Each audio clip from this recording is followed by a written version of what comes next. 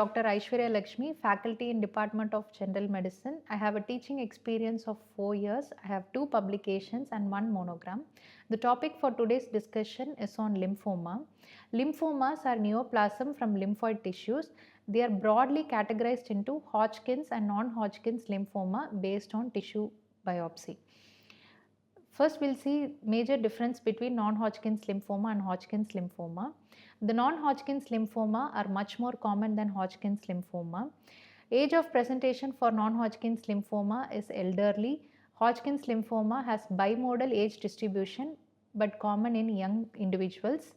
Nodal and extranodal manifestations are common in non-Hodgkin's lymphoma, whereas Hodgkin's lymphoma presents as painless lymphadenopathy and extranodal manifestations are rare.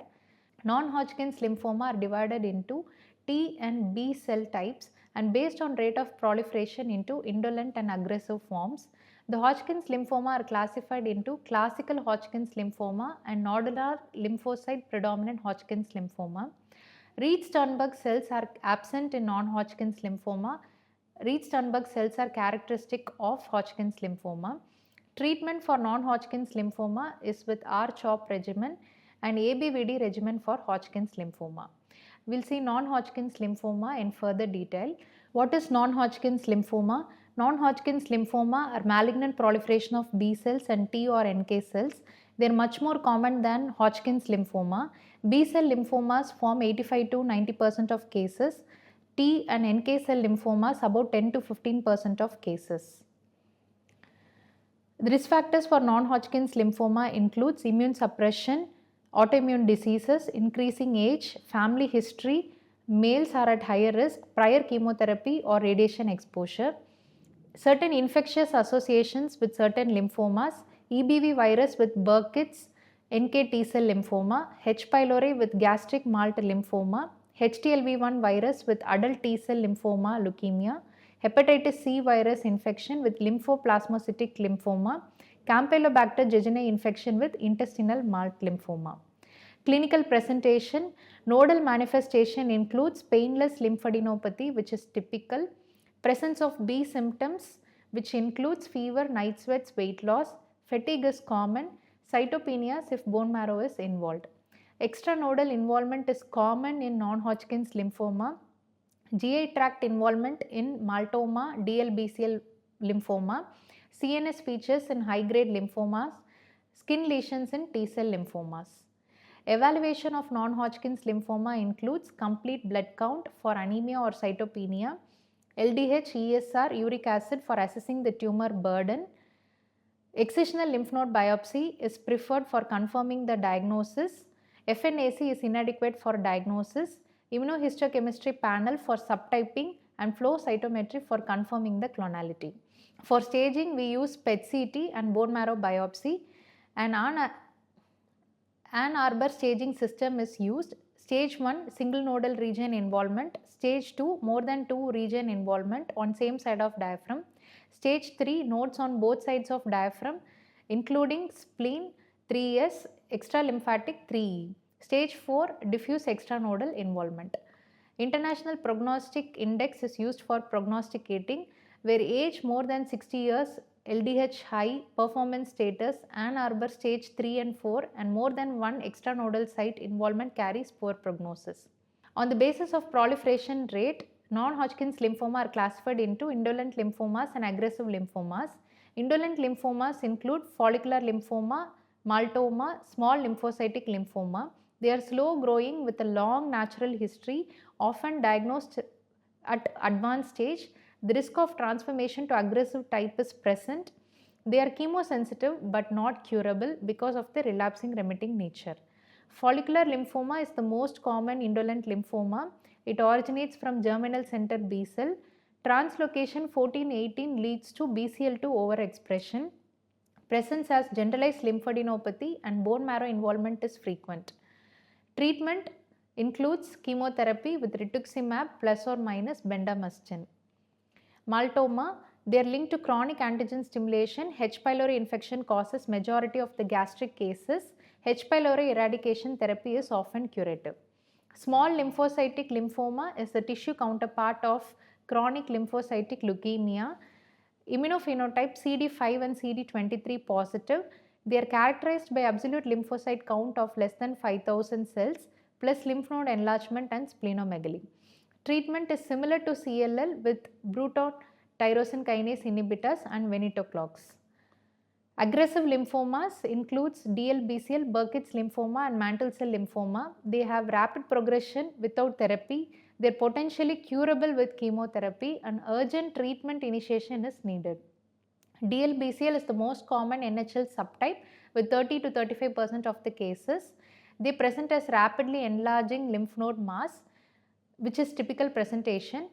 Sometimes there can be extranodal manifestation with involvement of gastrointestinal tract. B symptoms are common here. We have two molecular subtypes, germinal center DLBCL and activated DLBCL. Germinal center DLBCL stains positive for CD10 and activated DLBCL stains positive for MUM1.